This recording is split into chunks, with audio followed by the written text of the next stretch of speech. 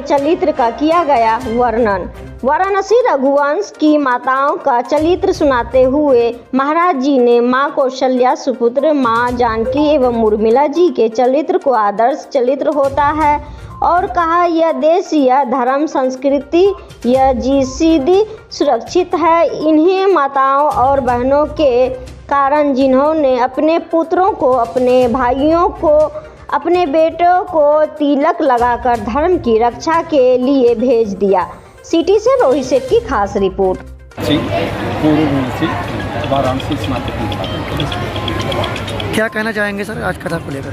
रामायणम परिवार द्वारा जो कथा यहाँ आयोजित की गई, कथा के माध्यम से लोगों में राष्ट्र के प्रति समर्पित होने की भावना, परिवार को एकजुट रखकर और समाज में एकजुटता की भावना पीठ से इस ढंग का संदेश मिल रहा है। निश्चित रूप से आज जिस ढंग की विकृतियाँ समाज में हैं उनको जोड़ने के लिए जगह जगह जो राम कथा चल रही है और यहाँ पर जो राम कथा चल रही है, इससे लोगों को ये संदेश मिल रहा है कि आपस में परस्पर प्रेम से पारिवारिक बंधनों, रिश्ते नातों को मजबूती के साथ जोड़ करके इस समाज को और इस राष्ट्र को आगे बढ़ाना, यह संदेश इस पीठ से मिला है। विंध्यवासिनी नगर कॉलोनी में आशुतोष जी का ये एक अनूठा प्रयास है, इतनी बड़ी राम कथा, इसका श्रेय आप? आशुतोष जी ने बहुत परिश्रम किया है, जबकि इनको इसके पहले अभ्यास नहीं था।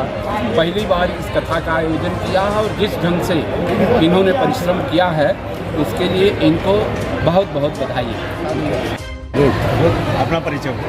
मैं राहुल सिंह, सचिव स्वामी आज छठवां दिन है सर, क्या कहना चाहेंगे कथा को लेकर?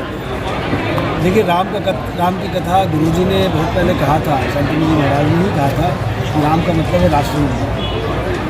मैं उसी को ध्यान में रख के राम कथा सुनने आता हूँ।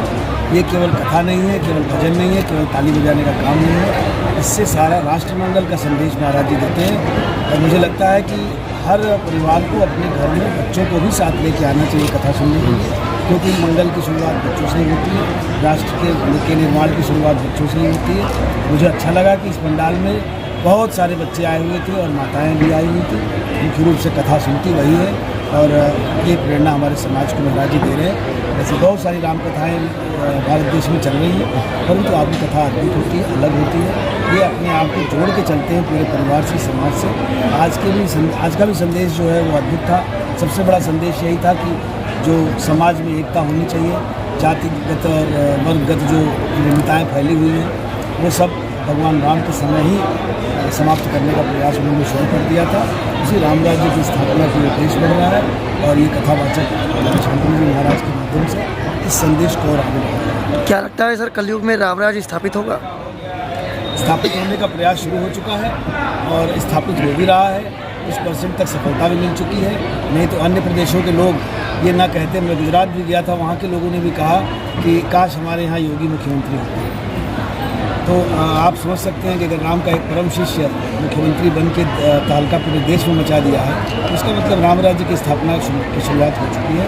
महिलाएं सुरक्षित हैं, हम आप सुरक्षित हैं, आप रात के 12 बजे घूम रहे हैं निश्चिंत होकर। यही राम राज्य है। नारायण सिंह, पूर्व सदस्य विधान परिषद, गौरा पार्क निवासी। जैसा कि राम कथा यहाँ चल, आज 7वां दिन है सर, क्या कहना चाहेंगे इस बारे में? 6वां दिन है, आज क्या कहना चाहेंगे?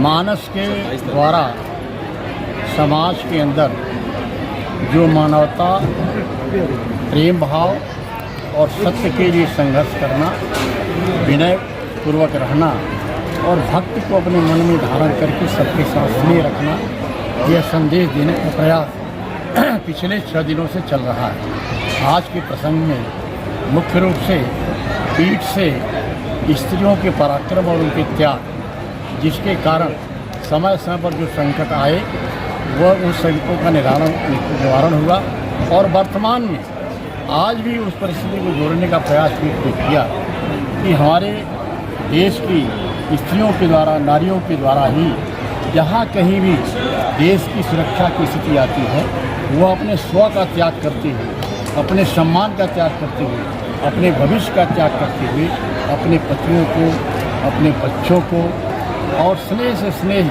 दिल जो उसके द्वारा जो संतान है उसको देश की सेवा में समर्पित करने का काम करती है। यह भाव पीठ से आज देने का काम हुआ और केवट प्रसंग से इस बात को साबित करने का काम किया कि जो महान है उसे नीचे से नीचे तबके के व्यक्ति के पास जाकर उसके स्थिति को जानकर उसको इच्छा की पूरी करने की बात करनी चाहिए। यही मानव धर्म है और यही आज मानव का संदेश है।